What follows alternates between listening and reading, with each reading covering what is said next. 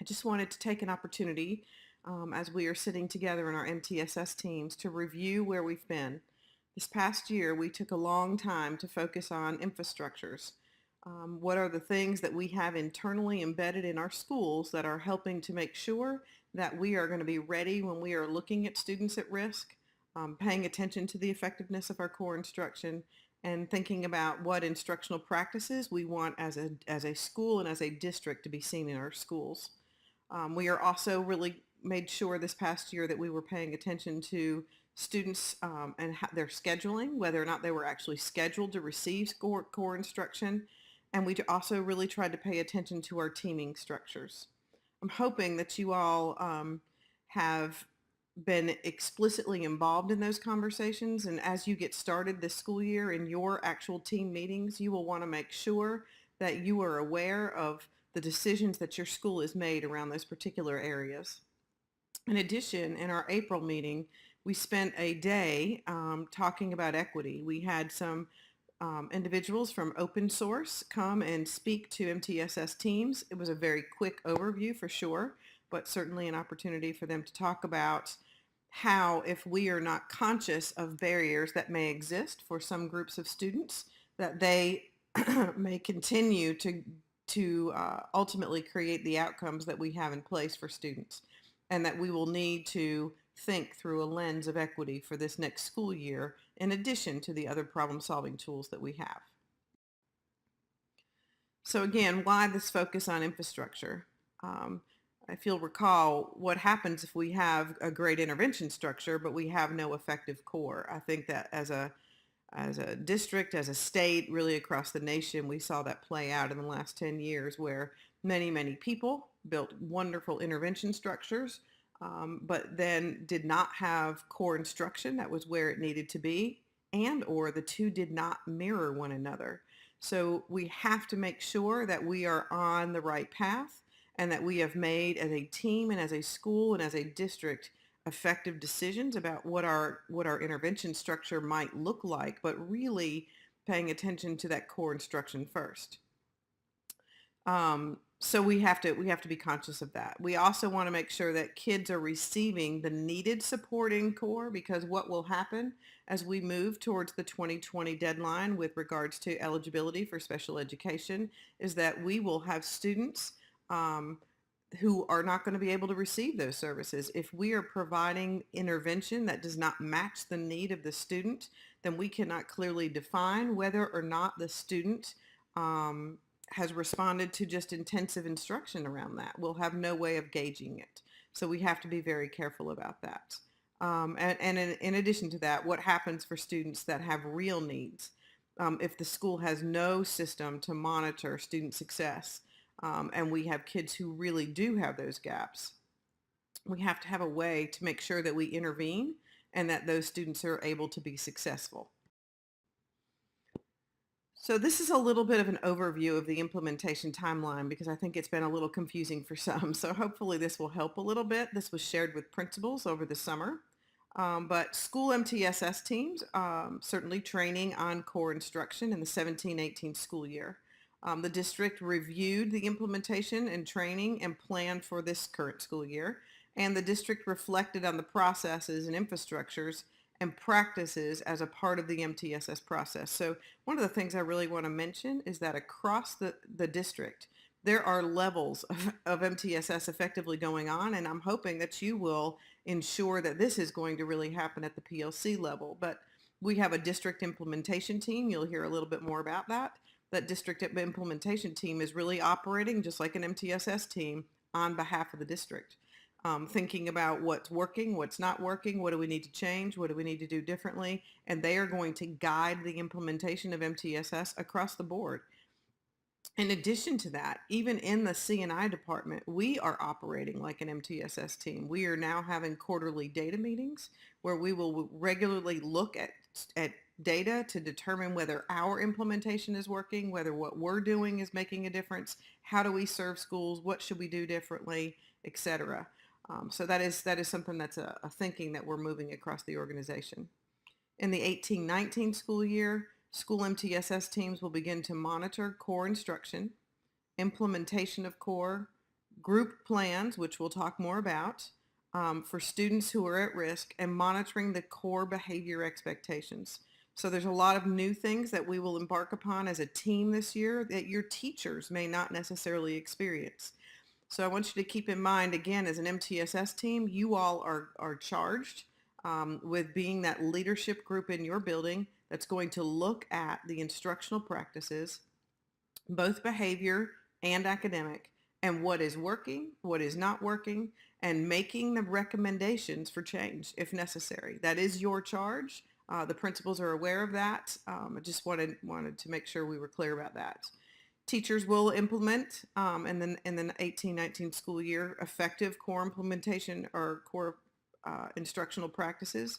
We have really defined those in the last year. We know that we're looking for a workshop model in K-8 instruction. We also know that we've gotten effective core resources in place. We are talking about what behavior is going to look like as we go through the year. There shouldn't be a lot of question about what and the kind of instruction that you see in a classroom. It will be the work of the district for the next year to ensure that those things are in place. We have also in the 18-19 school year reviewed various current intervention structures, and we will continue to do that. That will be a huge focus as we're thinking about preparing for something that we call the standard treatment protocol. Simply that means that as a state and as a district, we will have to determine what we want to be standardized about intervention and what will be flexible. In addition, the district and the schools, their infrastructure will be tiered. We will make sure that we have a process where you will have a tiered support structure for students who are at risk. And we will slowly move into the transition from SST to MTSS, and you'll hear more about that in just a few minutes. In the 1920 school year, we hope to actually practice this tiered implementation of, the implementation of this tiered support model. Teachers will be implementing effective core instruction. The districts will review and make mid-course corrections as needed, and then there'll be final preparations done for the 2020 eligibility determination. So what's next in 2018-2019?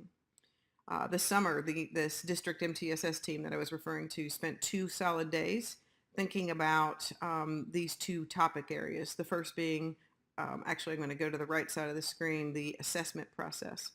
What are the things that we assess? How do we assess them? Why do we assess them? What's the purpose of them? So we do want a balanced assessment system, and we actually took a good bit of time that day to list every assessment the district gives and categorize those assessments. What's the purpose of them? Why do we have them? What are we doing with that data, etc. We looked at the assessments, of course, that the state requires us to give, and we also looked at what might be just tools that teachers use in their classroom to kind of monitor where students are. We will be in the 2018-2019 using a universal screening structure for K-8. Don't be overly concerned. It's not something that will happen immediately, but you will see in September some members of your school that will be asked to be a part of a team that will go and learn how to use the Ames Web assessment. Some of you may have been in Orange County when Ames Web was used before. We will be using Ames Web for K-8 mathematics, and we will use it also for 4-8 English language arts. So those screening tools are largely online, which is great that we don't have a lot of ask with regards to teachers in the classroom. It is something that we are required by the state to have in place in order to determine our baseline. If we don't have some sort of knowledge about where we stand and the health of our core based on skills, we will not be able to be in compliance with where we need to be as we're moving forward. This is not something that has to happen in the next few weeks, and even in the first quarter. We will practice getting ourselves used to this, and then we will ultimately start screening middle of the year, end of year, and we'll have lots more information about that. In the intervention side, we will be talking a lot about intervention. We are certainly aware that every school does this a little bit differently. But we are going to want to know what what students really need intervention, and how do we know?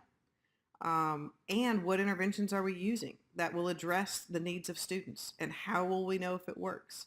These are all questions that you can see on the screen that we are going to have to be able to define as a school and as a district.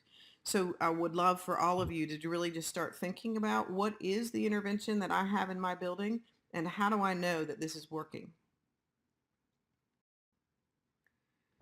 So as again, we are talking about in the 2018-19 school year a tiered approach with many stakeholder groups. We have all of these individuals that must be aware of the MTSS structures in order for us to make this work and work effectively.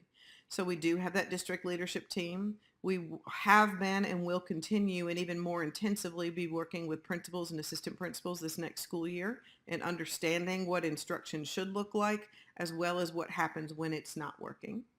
We certainly have the school level MTSS teams, and we're going to ask you in a few minutes to define who would be one lead for your school. That is not a job that should be dramatically different than what you would do as a team member, but it would be an opportunity for you to come to a district level meeting to share the implementation that you all are having and the kinds of things that you're problem solving.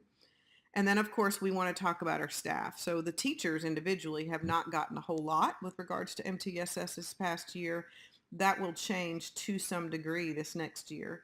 I have another video that hopefully you will be able to watch as well. Many of those slides are from things that we did in year one, but it is about a 30-minute overview of what is MTSS that I hope every individual stakeholder has the opportunity to watch in these first few weeks of school.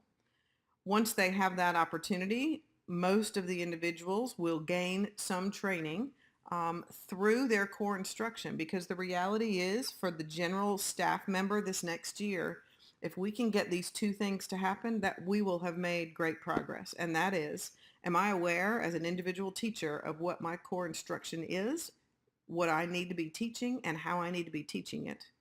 And am I learning how to access and look at data to monitor whether my teaching's working or not? If we can have teachers doing that, we are going to be in a good spot. So here's a little bit of the 411. Teams, your MTSS team, will not be specifically pulled for a day of training in the 18-19 school year like we did last year. We're taking a very different approach. I am excited about this approach. I feel like it's going to be much more authentic, and it will be more tailored to what your individual school team needs.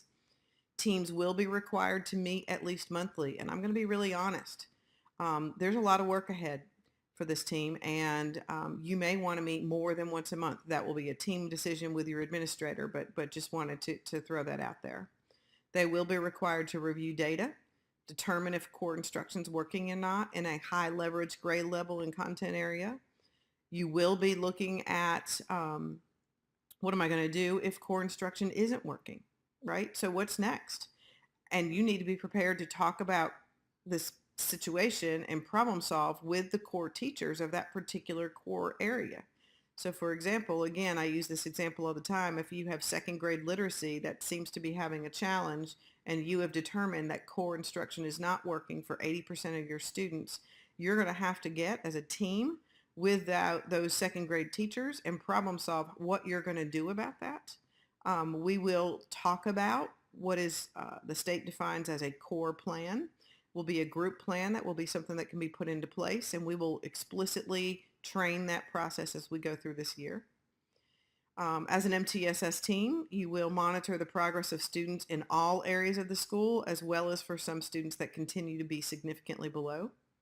And you will make recommendations for change. There's no doubt.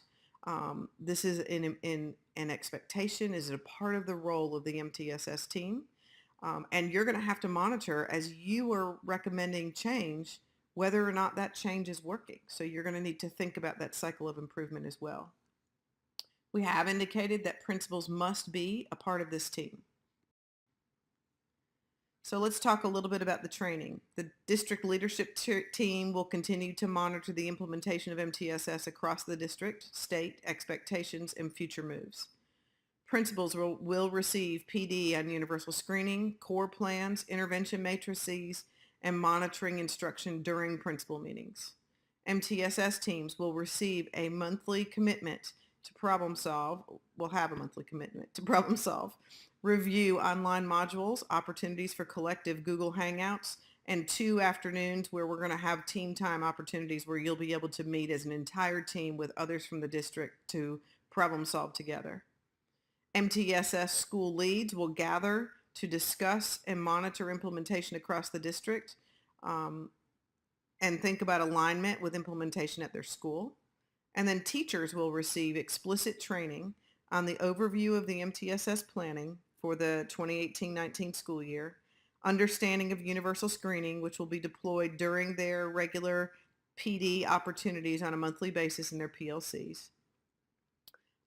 They will also analyze data, problem solve next steps, and reflect on the effectiveness of core instruction. So for our MTSS team, PD, professional learning will be delivered in a variety of ways. Some will be delivered through a Canvas course, which is what we're doing here. Some will be face-to-face. Others will be in a Google Hangout method. MTSS leads will meet on a monthly basis. In addition to all of those things, I want you to know that we will be coming to your schools to meet with your teams as well as a part of this process. So this is a little bit of an overview for the year so you can see what the actual professional learning will look like this next year. In August, there will be a Canvas presentation, which is what we're doing right now. September, again in Canvas, we're going to talk about assessment. In October, there will be an opportunity to meet with teams. And what that means is that Andrew and I, possibly Kylie and Jason and some others, will be coming to your schools to watch you use the TIPS model in problem solving so that we can ensure that every school is comfortable with that structure so that you will have chosen a piece of data and you're going to literally problem solve your way through that data. If you as a team are not comfortable with that process, then I, Andrew, any one of us will model that for you, but the following month we will look to see that you are actually doing that work yourself. November, we will implement and upload what the team has learned with regards to that database problem solving process. There will be a Google Hangout in December. Focus will be on some PLCs, how you're going to create a plan, how you're going to communicate your plans. January, again, a Canvas opportunity. We're gonna shift some of our focus specifically to behavior. February will be a face-to-face in Canvas. March is another Google Hangout opportunity, and then April we will be back to a face-to-face opportunity where we're talking about intervention matrices for the 1920 school year.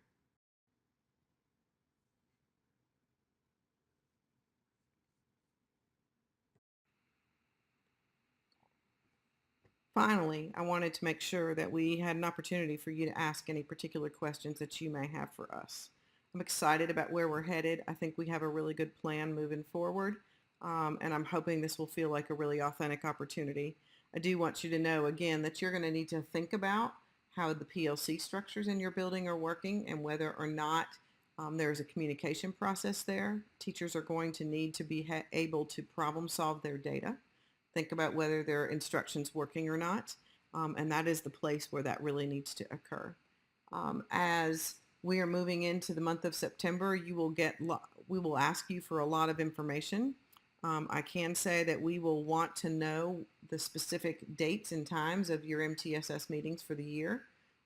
We will also want to know who that lead is, and we will also want to know who are the members of your team.